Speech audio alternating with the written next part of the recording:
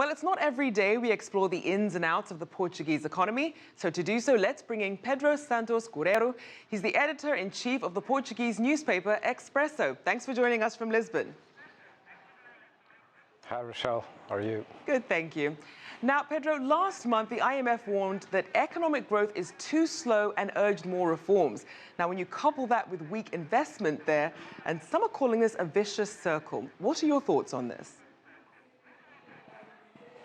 Well, the Portuguese economy is a highly indebted and low-growth economy. It has been low-growth economy for more than a decade. And this is some kind of a trap. When you have low growth, then you cannot reduce your debt, both public debt and private debt. And if you have high debt, then the government can't afford investment, and the banks will be flooded in non-performing loans, and so there's no credit to greenfield projects. And this trap is what really is menacing and keeping the Portuguese economy stagnant. On the other hand, you do have good news. Well, the public deficit is under control, and you do have some sectors which are growing, such as agriculture, such as tourism, by the way, or real estate, and we are in Portugal getting more foreign investment.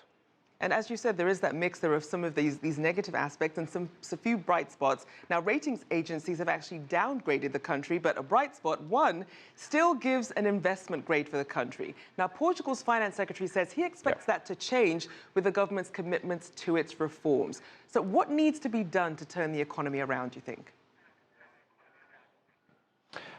Well, the rating agencies are quite skeptical on the level of the public debt. It's about 130% of GDP just today. And we do have some kind of support from the European Central Bank policy on interest rates, on low interest rates. But we do need to have the economy boosting to create jobs and to promote boosting GDP. Otherwise, we will keep a low growth rate on the economy. And so we do have to persuade the rating agencies that we are not subdued to the high debt strength, and that we can get rid of it. And you do need investment, namely foreign investments such as the Chinese, which is now pouring down on the Portuguese economy, right, so that we can get out of this trap. Yeah. Now, a lot of people are wondering, does the government have the tools to get these reforms on track before the country finds itself in another debt crisis and perhaps heading for another bailout? Well, we faced a bailout in 2011. We have been under austerity measures, an austerity program supervised by the European Commission and the European Central Bank and the IMF.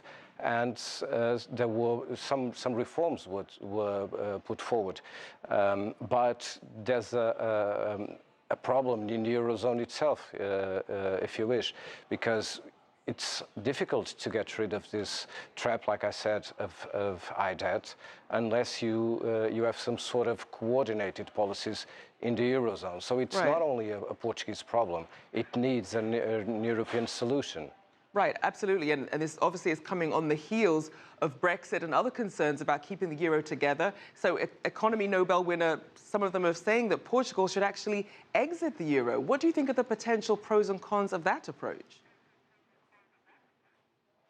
Well, the European Union really is facing many crises. I mean, the European Union was focused on the financial crisis some years ago. Now it isn't. It's focused on Brexit, as you said. It's focused on the refugees crisis. But, well, some economists, I mean, Nobel Prize winner Stiglitz just said some days ago here in Portugal that Portugal would need to leave the Eurozone in order to get competitive. And this means that whatever policy we'll have for countries such as Portugal, and Portugal is not the only highly indebted and low-growth economy in the Eurozone, it has to be coordinated in Europe and within the Eurozone. Otherwise, Eurozone itself may be in danger. Indeed, certainly something we'll all be keeping an eye on. We'll have to leave it there, but thank you so much for joining us. Pedro Santos Guerreiro from the Portuguese newspaper-Expresso. All right, when we come back, trapped between countries. Syrian refugees can't go home, but they can't move forward either. We'll have a report on their plight on the Syria-Jordan border.